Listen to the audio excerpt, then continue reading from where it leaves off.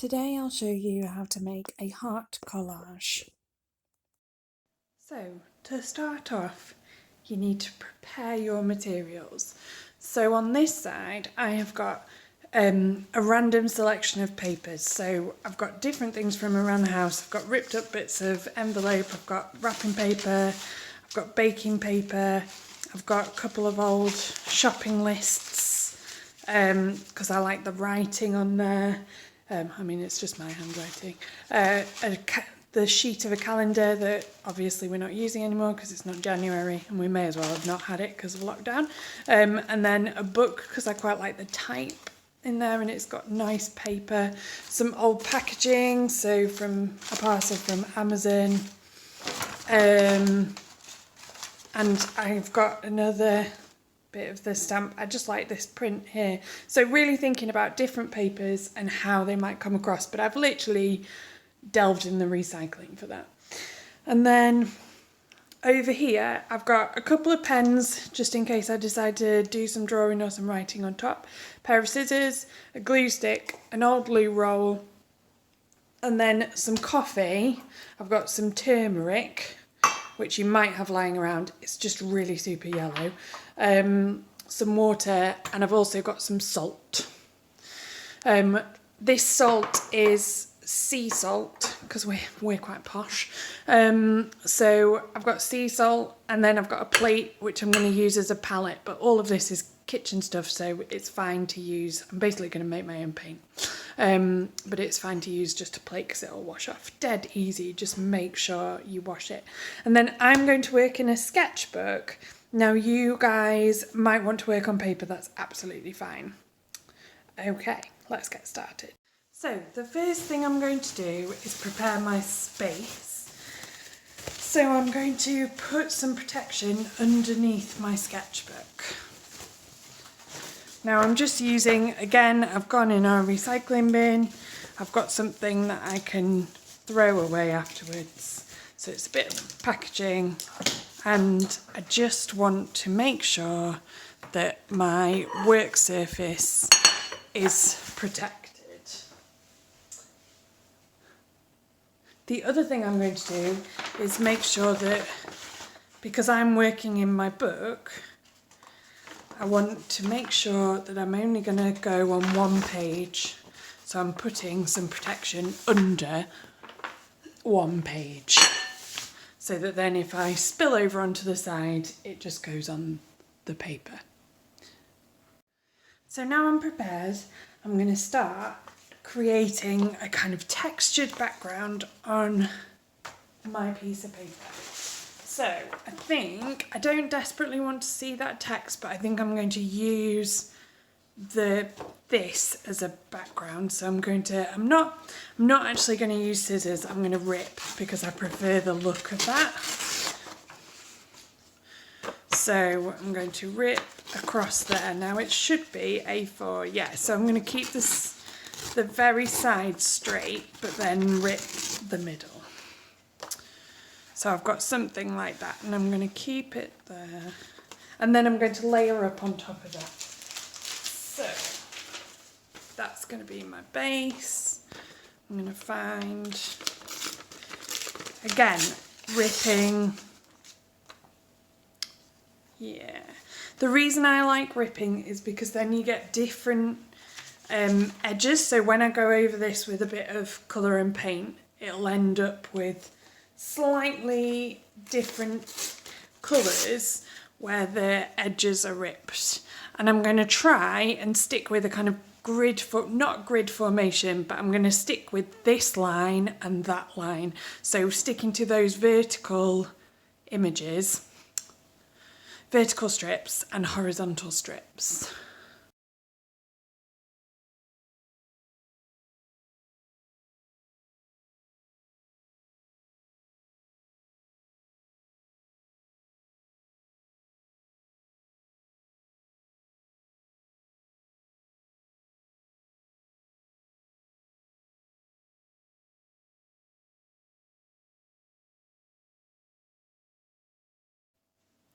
Okay, so I'm about happy with my base now.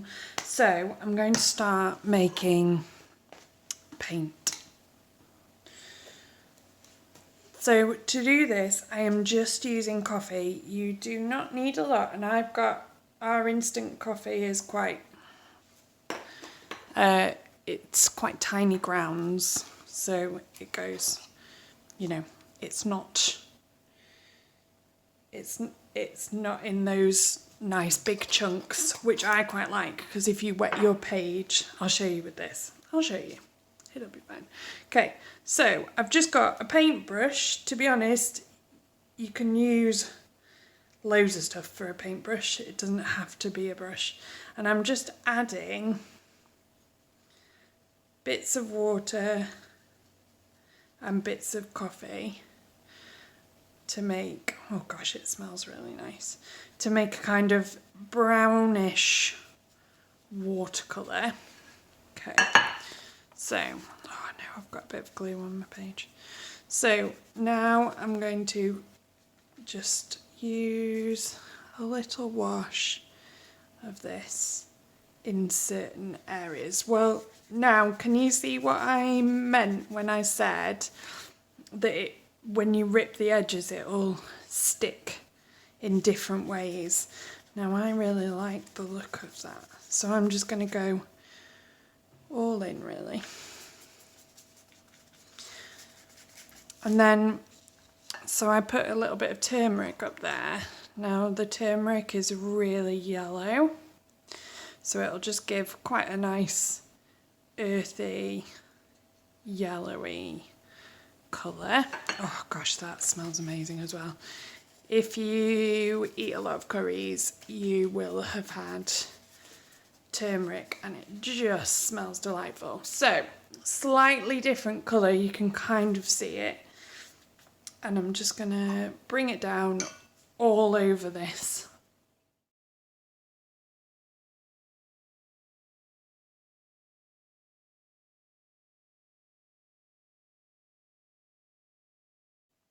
Okay, so now I've got my page nice and covered, and I've gone all over because I want the background to kind of have the feeling of it all being, even though it's textured, it all being one thing. Now, the paint has taken, or the coffee and turmeric has taken differently to different papers, and I knew this would happen. It's not gone over this at all, so because it's greaseproof, so it kind of, the point is that it repels water and oil.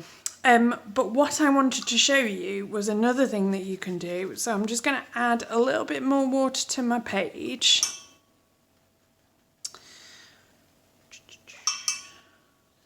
So nice, lots and lots of water.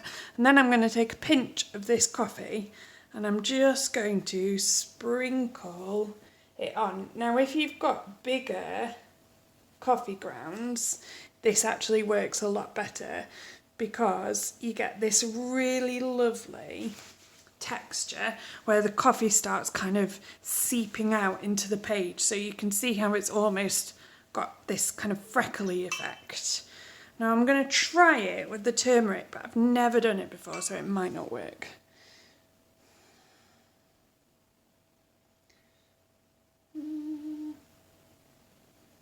Well, we'll see. Okay, so that's the turmeric. Might not work. The other thing that I'm going to do is I'm just going to do a slightly darker section of coffee here, so it kind of blends out that lovely dark bit of paper there. So you're looking for kind of different textures here.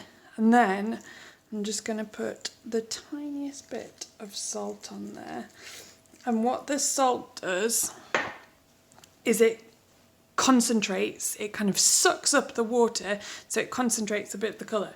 So what I'm going to do now, just shake my salt out there, I'm going to leave this to dry. Okay, so I'll see you in a sec. Okay, so it's about dry enough to start doing different things, but I just thought I'd show you a couple of bits. So the turmeric hasn't really worked, so I'm just going to brush that off onto my section. I mean, it's sort of gone yellowy, more yellowy in the areas that it's in. But I really like the way that the coffee powder is kind of dissolved in and created this swirly pattern. And then if you look really carefully at the salt as well, that looks great. So I'm just going to brush a little bit of that salt off.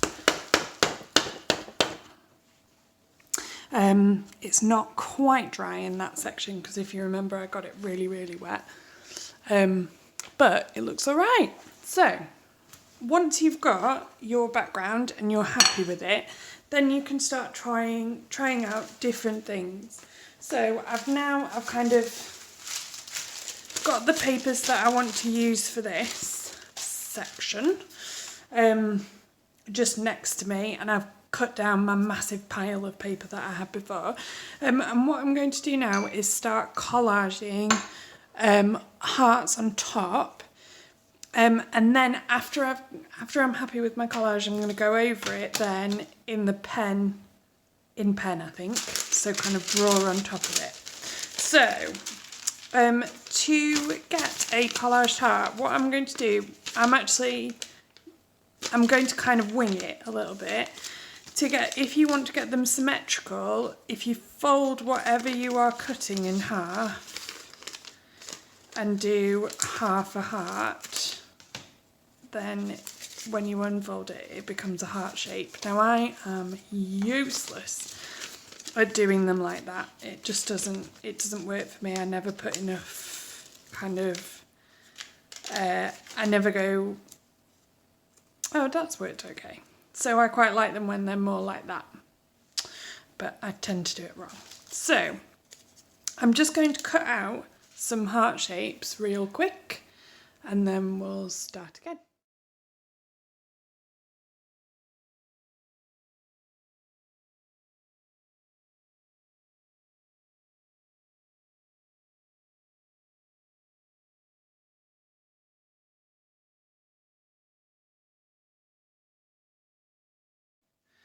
Okay, so you can see I've got loads of different examples of hearts here.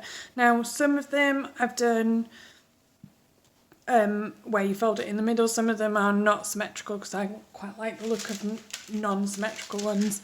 I've then done this one where I've cut a heart within the heart. So I was just experimenting with something there. And to do that, so I'll just show you quickly with this. I cut a heart.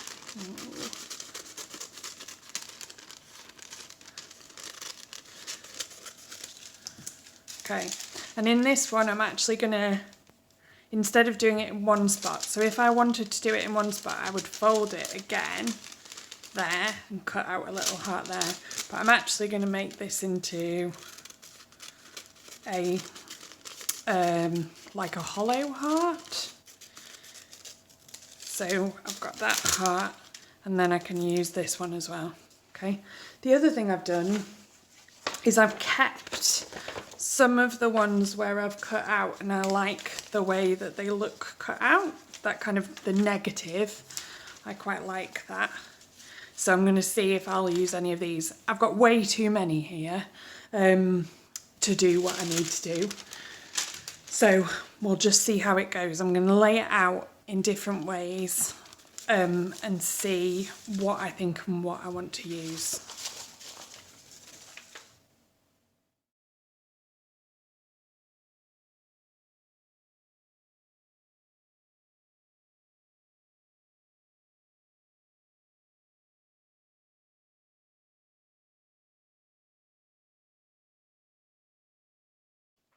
Okay, so now I'm happy with the general layout. I'm going to glue it down, just using glue, so I'm going to try and remember where everything's gone. And then I've got a couple more things that I want to do just to get it really finished off. So I'll show you those in a second, but I'm going to glue it down first.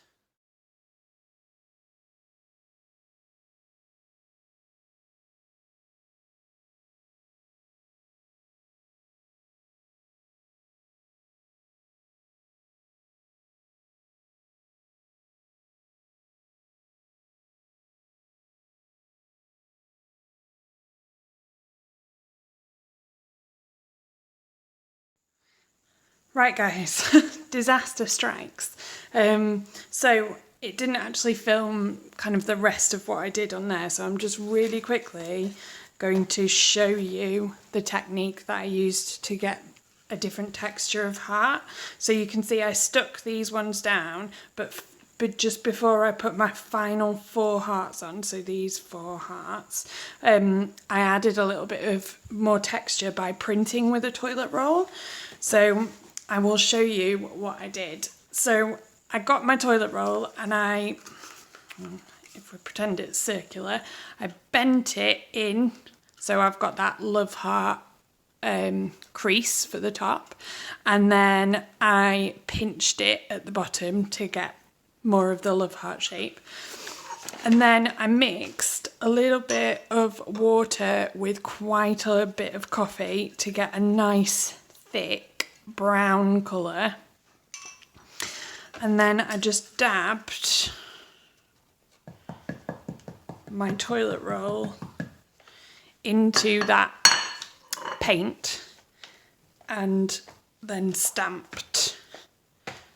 So it's a dead easy little heart stamp, but it gives you quite a nice texture on the page, and like before, it works differently on whatever different papers you've got.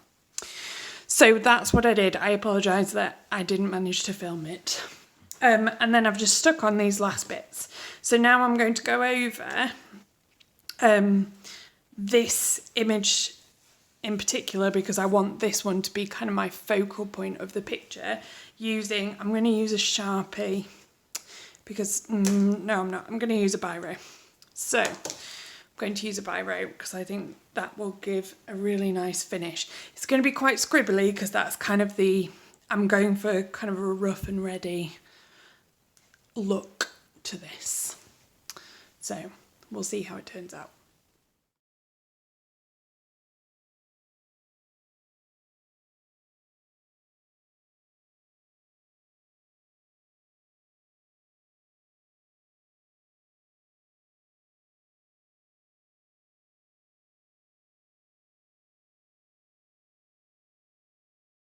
Okay, so now I've put the pen on, I'm much happier with it. The only thing is, I think this section just needs something. So I'm pulling out my other bits of negative space that I had and just having a look, because I think that map would work quite well because it picks up on the blue pen there.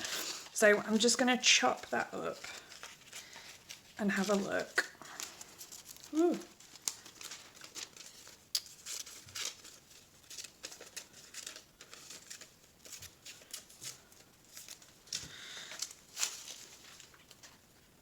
See, I think that with maybe a heart over there, maybe,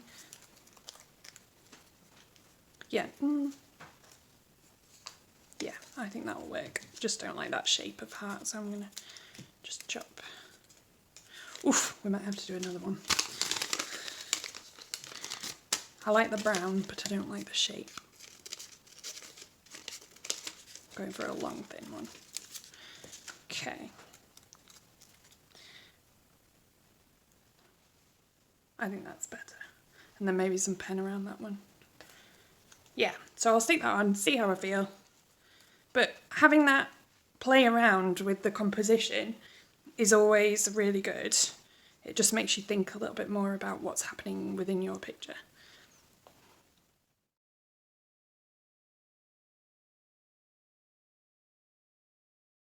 Okay, I feel much better about the composition now.